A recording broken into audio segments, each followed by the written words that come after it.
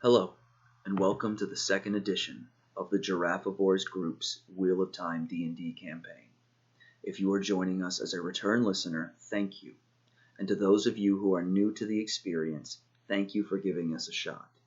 I'm your host, Darian, and I will play the role of the wheel itself, the events and situations our team of adventurers will encounter and hopefully overcome. Just to recap, our world is a tad different than Robert Jordan's Randland, and we have a party of 6 adventurers. Jostle, known as Jean, Tamadoran barmaid, and channeler with some ties to the tower. Maesrim Aldar, Shinar Blade Master and respecter of the tower to all ends. Adel Mathlin, defender of Mayen, Blade Master, and hunter of all dark friends. Faradin of the Nine Valleys Sept of the Tardat Aiel, master of the rare form of Aiel combat with 2 spears. Islan Onirdena, elf of the land of Elad, gleeman, wanderer, and learner of songs and stories, and Beric Stonecutter, dwarf of Durok's Hold, and recently returned to our world. We pick up this session having left off in the sewers below Tarvalin. After a battle with the Fade and its band of Trollocs, the group is exhausted. Islan is barely able to make it back to the inn. Bedraggled, wounded in battle, they make it back, and Selenia Sedai is in no state to walk. Rem, her warder, tucks her into the bed to rest, while Jostle, who is going by the name Jean, remembers a weave of renewal from her time in the tower, and helps the Aes Sedai to recover somewhat. As she met with the party in the private dining room they had procured again, she informed them all of her duties to the pattern. Theirs as well, and begins to inform the group of as little as she can, while letting them know what they need to. She tells them of a coup around 30 years ago in the tower that resulted in women who may have been tied to the shadow ruling the White Tower for 2 years. During this time, any and all influence and trust in the Aes Sedai was shaken. They started blood feuds in the Waste. They changed the borders of nations and the leaders of those nations. They caused a combined force of 12 clans of Aiel to attempt to seek retribution from over the Dragon Wall, heading towards Tarvalin. It was during this time that the Aiel sent small bands into the wetlands, and among one of these was a pregnant maiden of the spear. These evil sisters tried to track her down and slay her as she gave birth on the slopes of Dragonmount, but the baby was nowhere to be found. It took many years to begin to set things right in this world. There is also information that the Sons of Illumination, a fraternal order of zealots, may be attempting the assassination of the First of Mayen in an attempt to take over Mayen and all its holdings. This is conjecture, but Selenia is almost certain it is these sons behind it. At this time, Ilan, a warder of a Green Sister, arrives with a summons for Selenia, and it seems she must speak before the hall on what has occurred. She cautions the party not to leave until her business has concluded, and leaves to deal with this in the night. With nothing much left to do, the party retires for the night. During the night, Adel and Jostle begin to dream, unaware that they are exhibiting a talent not seen in some time in the world. Before them, unbeknownst to each other that they are seeing the same things, they see a series of doors open ahead of them, with different scenes playing out. A man with striking blue eyes in the first, and a strange armor, with monstrous helmet on his head. He strokes the chin of a giant beast, its wings unfurling, and smoke pouring from its maw and nostrils. They both look at the dreamers directly, and a gout of flame pours from the beast's mouth to the door, slamming it shut in their face. And the second door, a group of sisters, all with different shawls on their shoulders, cloaked in black, with eyes that aren't truly human. They stand in a circle as they whisper in a dark, secreted room, with a dais in their center. On the dais, a puppet dances on strings held by one among them. The puppet wears a stole of 7 striped colors, the puppeteer a narrow black stole on her neck. The barren, red clay expanse of the waste, the heat of the midday sun beats down from amongst the third door on a mass of brown and grays. As the iron heads of the short spears glint in the light, a chorus of deep, mellifluous voices rise up, and men who look quite similar to Faradin begin to sing. their faces covered by strange wraps, although, after some thought, the dreamers remember Farad'n veiling himself in similar fashion. A door opens, and before them stands a shrouded figure, on the prow of some strange ship, sailing towards the boisterous port of Mayenn's capital city of Balland. The light breaches through storm-gray clouds to shine on his face, and he is completely normal, the most average, forgettable man you could meet. On his knife at his side is a sigil, stamped with a crescent moon, with 5 stars caught between the horns of the crescent. The door closes, and the 4th door closes as well, with a 5th door open ahead of them, not seen before. A young man with blue eyes and light brown hair. He's in a cloak, standing tall in a field, watching over sheep. Fades, trollocs, and several other dark creatures hide among the flock, disguised as sheep, creeping ever closer. The young man is aware of the coming danger, and he stands over his flock, though he is clearly distressed. A man stands in front of him, with eyes of fire, and his mouth a furnace. They converse, and it seems that what he tells the young man distresses him greatly. Suddenly, the older man reaches out, and dark strands of shadow, seeming to eat the light, attempt to wrap the young man in darkness, the motes of shadow sucking light in like some sinister shadow, otherworldly substance that feeds on the light itself. As all hope seems lost for the young man, he begins to shine like the sun, light coming from every part of him, a golden light so bright it nearly blinds the dreamers, and his scream slams the door shut. With that, troubled sleep follows. The Aielman, Farad'n, is visited by 2 wise ones in his sleep, Kalinda of the 9 Valleys sept of the Tardad, and Adolin of the Stones River sept of the Goshin.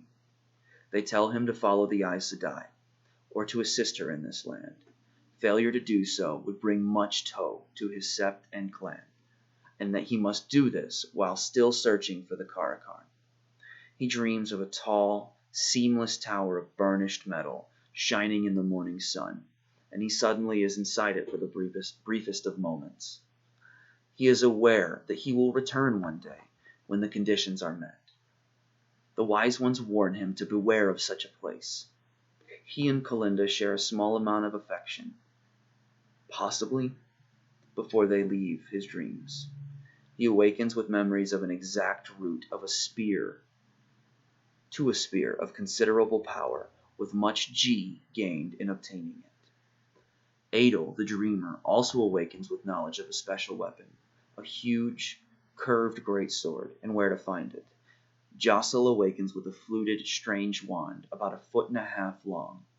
Beric, the dwarf who can read and understand Terran-Grial, awakens with a helmet shaped like a coif with a crown fused into it, and he begins to decipher what they are, with little success. Everyone awoke to money from Selenia, and her thanks for their services. The party discussed paths to take to their destinations. Traveling by river can be dangerous to take the first route, as they're in the wildlands for part of their journey, but it is weeks faster than the others. Beasts, clans of angry freedfolk, and stories of strange creatures come out of that land occasionally. This will test the cohesion of the party to the limits. Traveling through Tamador is the second quickest route, but that risks the party members encountering the Sons of Illumination, who will surely see dark friends if the channelers are discovered. There are roving patrols, barracks in every major city, along with most other cities and big towns to some degree holding at least 10 to 15 sons. Any opposition of the sons will be considered opposition to the will of the light and the will of the king of Tamador by extension. Secrecy and tact must be observed at all times while in this land. The third option is traveling through Skelosk to the war-torn lands to cut them off on the road ahead. This is probably the safest route, although it will take the longest. The only problem is the rumors of false dragons in Skelosk, causing no end of trouble. They will have to pass around roving bands of Dragonsworn, take on the worst of the lords and ladies of Skelosk, little more than bandit chiefs with pedigrees, as they make their ways to the intersection of the Gold Road and the Merchant Path.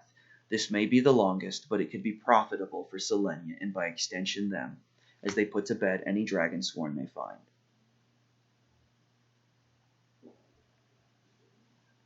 On the way back, they must enter a nearly forgotten part of Andor, where Selenia will need their help searching a region where she believes the Dragon Reborn may be. After some discussion and putting it to a vote, they decided on Tamador. White cloaks or not, they had to take this path. It seemed right to them. Ilan found himself succumbing to a fever from out of nowhere, chills, and the worst he's felt in years. Jostle, or Jean, helped to keep him healthy, but it seemed to remind her of her mother's illness as a child. Beric showed up to breakfast late, having already accrued the supplies needed to begin their adventure. Maestrum and Ferrodin began a friendly sparring match in the courtyard of the tower, where the Gaideen train. Quite the crowd had gathered, accepted and novices standing with sisters alike, as they watched the two masters at work, obviously enjoying what they saw. Warders watched as well. Jean or Jostle noticed a few women who may notice her as well and remember, including a woman she just did not get along with as an initiate, raised to Yellow Sisterhood. She decided to stay back when the fight was concluded and let the Aes Sedai see to the healing for fear of being discovered for some reason. A mysterious man showed up as they fought, haggard, dressed like an ordinary citizen, though he was looking thin. He had a mischief to his eyes as he placed a bet on the fight. If Maestrom won, he would pay 2 gold marks to Beric, and if Ferrodin won, the dwarf owed him a meal. After Ferrodin won narrowly, the man went with Beric to the tavern to eat him out of everything he owned nearly. It was almost a disgusting thing to watch, really. Excuse me. Ilan began digging into the knowledge of the Tamadoran culture, their lifestyles, and their nobility.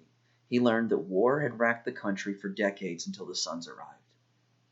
He also learned that whether you agreed with their authoritarian bent or their methods, they made life better for the downtrodden and poor when the Suns moved into Tamador. Ferrodin began to look through the bazaars after the fight around the city for strange things and animals for his interest. Ferrodin held a fascination for these wetlands his brethren seemed to hold in such disdain. He saw what was described to him as peacocks, with strange plumage. Clearly one was a male and one was a female, and that was strange that they were so different to him. He also saw what was described to him as a small, furry little man, and he made an almost immediate beeline for the little fella.